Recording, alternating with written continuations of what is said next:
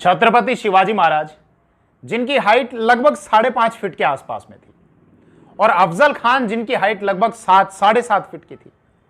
छत्रपति शिवाजी महाराज उनके कंधे तक ही आते थे, लेकिन आमने सामने के संघर्ष में अपने बाहुबल से उन्होंने अफजल खान का पेट फाड़ दिया था, अफजल खान की आंतों को बाहर निकाल लिया था। अब इस अफजल खान के वध की घटना के संबंध में इतिहासकारों के दो धड़े हैं। एक पक्ष तो यह कहता है कि यहां पर अफजल खान की जो मंशा है वो धोखा देने की थी। अफजल खान का यह उद्देश्य था कि जब बातचीत होगी तो धोखे से या तो छत्रपति शिवाजी राजे को गिरफ्तार कर लिया जाएगा या फिर उनकी हत्या करवा दी जाएगी। तो एक पक्ष तो अफजल खान को दोषी ठहराता है। इतिहासकारों का जो दूसरा धड़ा है वो ये कहता है कि अफजल खान की इस प्रकार की कोई मंशा नहीं थी। इसके संबंध में वो कुछ तर्क भी देते हैं। क्या तर्क देते हैं मैं अभी आगे वीडियो में बात करूंगा। तो दूसरा धड़ा यह कहता है कि अफजल खान की धोखा देने की कोई मंशा नहीं थी, छत्रपति शिवाजी राजे के द्वारा ही धोखे से अफजल खान की हत्या कर दी गई थी। एक तो हम इस विषय पर बात करेंगे, सोर्सेज के साथ में बात करेंगे, और दूसरा इस वीडियो में बात करेंगे कि जब छत्रपति शिवाजी महाराज के द्वारा अफजल खान वध किया गया तो उससे पहले दोनों के मध्य क्या बातचीत हुई थी, जिसको निजामुल मुल्क के जो मंत्री थे मीर आलम, उनके द्वारा लिखा गया है कि दोनों के मध्य वार्तालाप किस प्रकार का था। पहले इस पॉइंट को लेते हैं कि आखिर धोखा किसने किसको धोखा दिया। क्या छत्रपति शिवाजी महाराज ने धोखे से हत्या की, या अफजल खान धोखे की मंशा से आए थे और छत्रपति शिवाजी महाराज ने अपनी बचाव में और उसी भाषा में अफजल खान को जवाब देने के लिए अफजल खान का वध किया। इंग्लिश फैक्ट्री का एक रिकॉर्ड है, राजपुर लेटर, 10 दिसंबर 1659 का, मतलब जब यह घटना हुई थी नवंबर 1659 ईस्वी में, उसके लगभग 1 महीने बाद का वो लेटर है। वहां से जानकारी मिलती है कि अली आदिल शाह सेकंड ने जब अपने सूबेदार अफजल खान को छत्रपति शिवाजी महाराज के विरुद्ध सैन्य अभियान चलाने के लिए भेजा तो यह निर्देशित किया था, यह आदेशित किया था, यह आदेश दिया था कि आपको उसके साथ में, मतलब शिवा के साथ में दोस्ती का दिखावा करना है। अब इस शब्द पर आप गौर करना, एक तो आप किसी से दोस्ती करो और एक आप किसी से दोस्ती का दिखावा करो। अगर किसी चीज का आप दिखावा कर रहे हो, दिखावा तो अपने आप में स्वयं एक नकारात्मक शब्द है, और अगर दिखावा कर रहे हो इसका मतलब आपकी जो मंशा है, वास्तविक मंशा, वो कुछ और है। अब यहां पर तो यह कहा गया कि दोस्ती का दिखावा करो, मान लेते हैं थोड़ी देर के लिए कि यह कहा गया होगा कि आप दोस्ती कर लो, लेकिन इस घटना से 5 महीने पहले आओ, जून 1659 ईस्वी में अली आदिल शाह सेकंड के द्वारा एक फरमान जारी किया गया था। किसको जारी किया गया था? कान्होजी जेदे को, जो देशमुख थे। उनको यह लगा कि कान्होजी जेदे हमारा साथ देंगे, लेकिन बाद में उन्होंने अपने हाथ में जल लेकर यह सौगंध खाई थी कि मैं और मेरे पुत्र अंतिम सांस तक आपके साथ में रहेंगे। मतलब छत्रपति शिवाजी महाराज के समक्ष उन्होंने यह सौगंध खाई थी अपने हाथ में जल लेकर, और उन्होंने छत्रपति शिवाजी महाराज का साथ दिया था। लेकिन अली आदिल शाह सेकंड को यह थोड़ी पता था ये वहां पर चले जाएंगे, उनका साथ देंगे। तो अली आदिल शाह सेकंड ने जून 1659 में, मतलब जब यह घटना हुई थी नवंबर 1659 में, उससे 5 महीने पहले, भाई जुलाई, अगस्त, सितंबर, अक्टूबर, नवंबर, 5 महीने पहले यह फरमान जारी किया था। और फरमान जारी करके यह कहा था कि कोंकण के जो सूबेदार हैं वो अफजल खान है, और आपको अफजल खान का साथ देना है। किस चीज में? शिवा को दंडित करने में, पकड़ने में, उखाड़ फेंकने में। और यदि उनके कोई लोग, मतलब शिवाजी महाराज के कोई लोग अगर आपके पास में आते हैं तो उनको शरण नहीं दोगे, क्या करना है फिर? उनको काट दिया जाएगा, मौत के घाट आपको उतारना है। अब आप दोनों चीजों को एक साथ पकड़ो। एक तरफ तो इंग्लिश फैक्ट्री का रिकॉर्ड यह कहता है कि अफजल खान को यह निर्देशित किया गया कि आपको दोस्ती करनी है, दोस्ती का दिखावा करना है, और दूसरी तरफ कान्होजी जेदे को यह इस प्रकार का फरमान जारी किया गया। दोनों को जब एक साथ देखते हो तो मंशा स्पष्ट होने लग जाती है। थोड़ा और विषय को आगे बढ़ाते हैं। इतिहासकार जदुनाथ सरकार, जिनकी किताब शिवाजी एंड हिज टाइम्स, उसी में उन्होंने ये सोर्सेज कोट कर रखे हैं, उसके आधार पर मैं लेक्चर रिकॉर्ड कर रहा हूं। उन्होंने लिखा अपनी किताब में कि मेरे एक मित्र प्रोफेसर रहमान ने मुझसे कहा, मतलब सर जदुनाथ सरकार ये बोल रहे हैं, लिख रहे हैं कि मेरे मित्र प्रोफेसर रहमान ने मुझसे ये कहा कि अफजल खान की इस प्रकार की कोई मंशा नहीं थी। तो फिर किसकी मंशा थी? छत्रपति शिवाजी राजे की मंशा थी। आगे प्रोफेसर रहमान मुझसे कहते हैं कि अफजल खान की अगर इस प्रकार की कोई मंशा होती तो वो अपनी सेना को अलर्ट रखते, युद्ध के लिए तैयार रखते। अगर युद्ध के लिए तैयार नहीं रखते तो कम से कम डिफेंसिव पोजीशन में तो रखते कि अगर आप पर हमला हो तो आप कम से कम अपनी सुरक्षा तो कर सको। लेकिन हम ये जानते हैं कि अफजल खान की जो सेना है वो कोयना नदी घाटी वाला जो क्षेत्र है, भाई प्रतापगढ़ के नीचे किसी एक टीले पर, किसी पहाड़ी पर यह कैंप लगाया गया था, उसके नीचे घाटी है जहां कोयना नदी बहती है, और उसी कोयना नदी घाटी के क्षेत्र में अफजल खान की सेना बिखरी हुई थी, टुकड़ों में थी।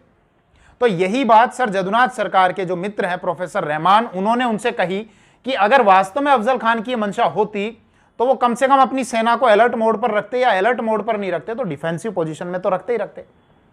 तो फिर मैंने अपने मित्र रहमान से ये कहा, मतलब जदुनाथ सरकार ये कहते हैं कि मैंने प्रोफेसर रहमान से ये कहा कि अफजल खान को पूरा विश्वास था कि शिवाजी की हत्या करने के बाद उनकी वो सेना जो नेतृत्व विहीन हो जाएगी, उस पर हमला करने की कोई आवश्यकता ही नहीं रहेगी।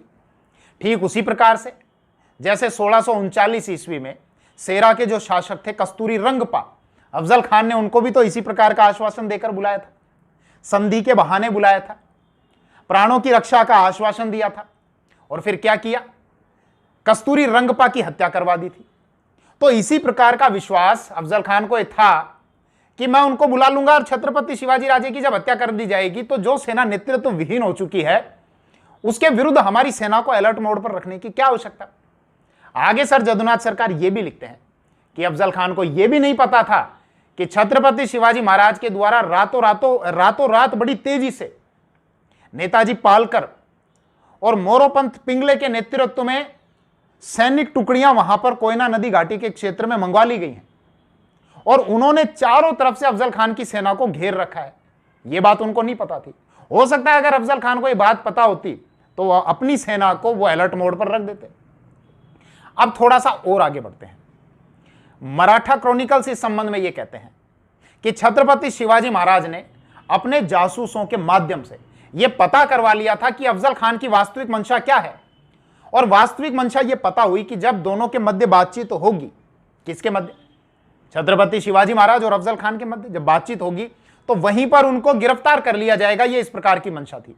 अब आप एक बार विचार करो कि जब आपको कई सोर्सेज से यह पता चल गया, गोपीनाथ पंत जी भी तो गए थे, छत्रपति शिवाजी महाराज ने उनको भेजा था अफजल खान के पास में, जिसका मैंने पिछले वीडियो में आपके साथ में चर्चा की थी इस विषय पर, कि जब वो गए थे तो छत्रपति शिवाजी महाराज ने कहा था कि मैं मिलने के लिए तैयार हूं अफजल खान से, लेकिन जैसा मैं आश्वासन दे रहा हूं कि अफजल खान के प्राणों को कोई संकट नहीं होगा, मेरी ओर से इसी प्रकार का आश्वासन मैं अफजल खान से भी चाहता हूं।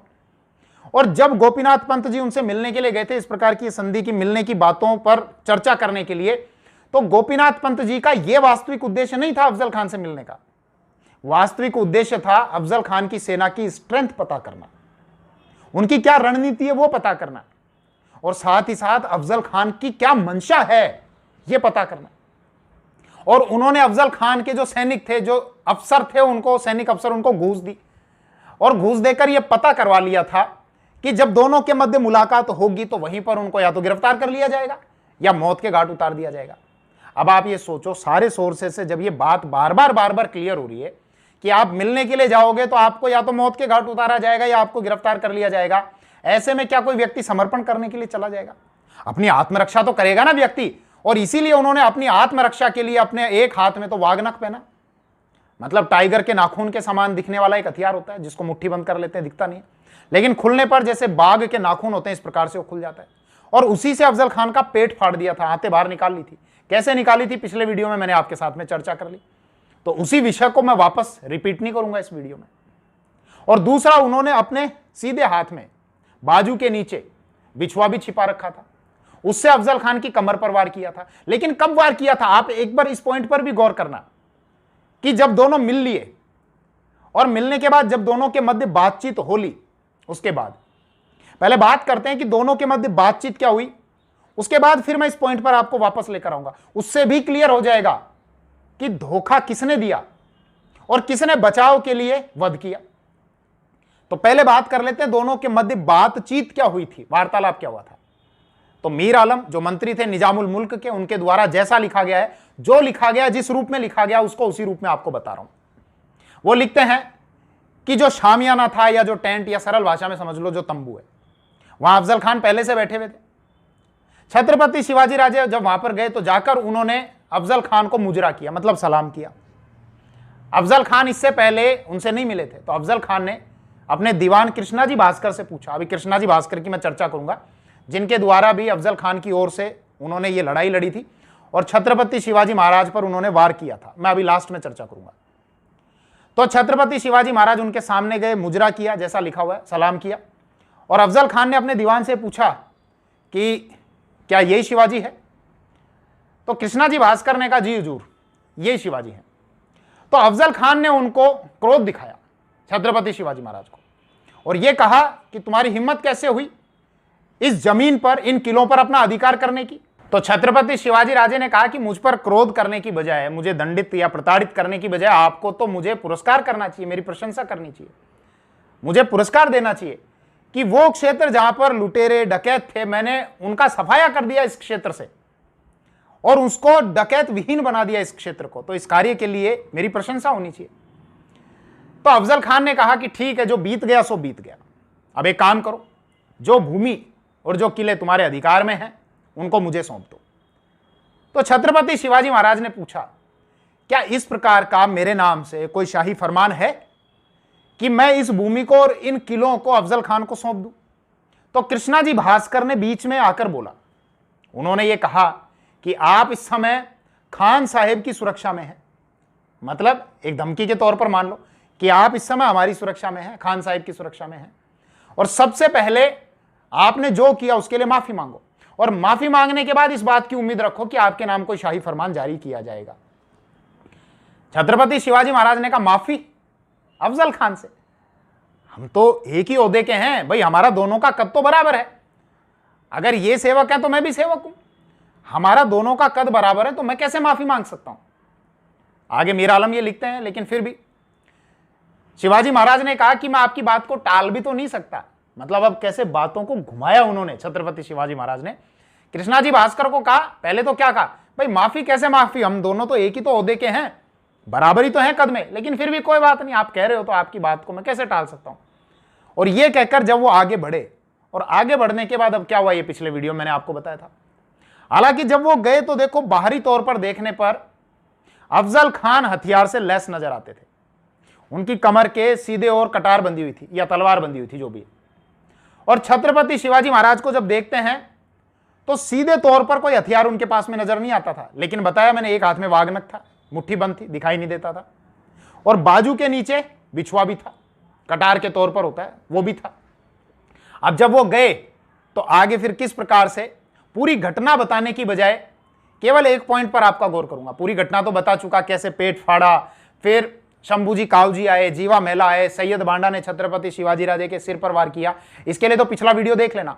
लेकिन गौर करना, जब वो मिलने के लिए गए, गले मिले सबसे पहले, तो अफजल खान ने अपने उल्टे हाथ से छत्रपति शिवाजी राजे की गर्दन को कसकर पकड़ लिया, और कसकर पकड़ने के बाद अपनी कमर के सीधे तरफ से कटार निकाली और शिवाजी महाराज की कमर पर वो कटार मारी। लेकिन उन्होंने पहले से ही सुरक्षा के पूरे बंदोबस्त कर रखे थे, कवच पहन रखा था लोहे का, वो कटार उनके शरीर में नहीं गई। और इसके बाद आगे जो हुआ वो सारा बचाव के लिए किया गया प्रयास था, और यहीं से सारा स्पष्ट हो जाता है कि धोखा किसके द्वारा दिया गया।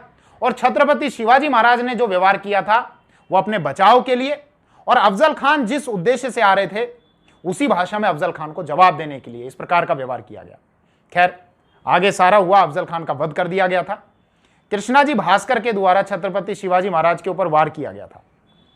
सर जदुनाथ सरकार की किताब शिवाजी एंड हिज टाइम्स में ये लिखा हुआ है कि 2 बार वार किया गया था, लेकिन मेरे कुछ मराठी जो दर्शक हैं, मित्र हैं, और भी जो कुछ सोर्सेज है वहां से जानकारी मिलती है कि 3 बार वार किया गया था। 2 बार वार करने के बाद छत्रपति शिवाजी महाराज ने कहा कि आप ब्राह्मण हैं, मैं आपकी हत्या नहीं करूंगा, आप पर वार नहीं करूंगा, आप जाइए। लेकिन जब वापस उन्होंने वार किया तो छत्रपति शिवाजी महाराज ने उनको मौत के घाट उतार दिया।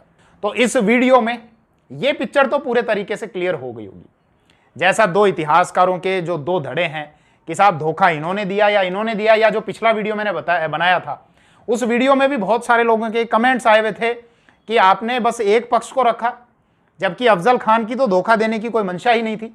तो जो सोर्सेज थे उनका मैंने रेफरेंस दिया, क्या क्या लिखा हुआ है वो बात आपके समक्ष रख दी। इस वीडियो में इतना ही। Thank you. जय हिंद।